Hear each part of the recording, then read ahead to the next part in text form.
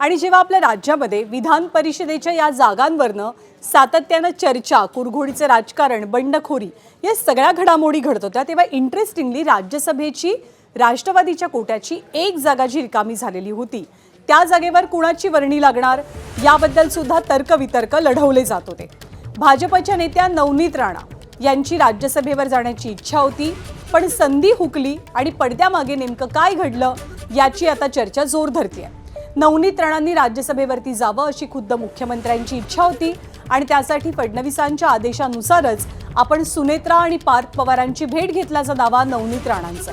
ही जागा भाजपला द्यावी अशी विनंती मुख्यमंत्र्यांची होती, पण ती विनंती मान्य झाली नसल्याचा दावा राणांचा आहे। दरम्यान राज्यसभेवरती जाण्यासाठी आपल्यासमोर राष्ट्रवादी काँग्रेस पक्षात प्रवेश करावा अशी अट ठेवली गेली, पण आपण भाजपच्या विचारांशी प्रामाणिक असल्यामुळे या ऑफरला नकार दिला आणि राज्यसभेच्या जागेवरती एक प्रकारे पाणी सोडलं असं स्पष्टीकरण नवनीत राणांचं आहे। सुनेत्रा पवार उपमुख्यमंत्रीपदी विराजमान झाल्यामुळे त्यांची राज्यसभेची खासदारकी त्याची जागा रिक्त झाली होती।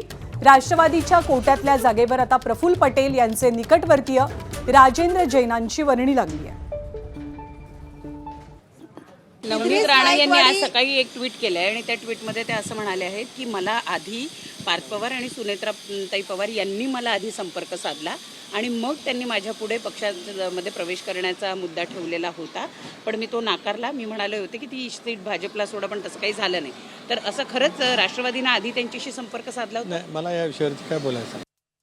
नवनीत राणाजी या अत्यंत कष्टाळू आणि एक हिंदुत्ववादी नेते आहेत, कार्यकर्ते आहेत। देशामध्ये त्यांना मान्यता आहे, भारतीय जनता पार्टीमध्ये मान्यता आहे आणि त्यामुळं नेते म्हणून त्यांनी घेतलेली जी भूमिका आहे ती महत्त्वाची आणि ती अत्यंत चांगली भूमिका नवनीत राणाजींनी घेतली।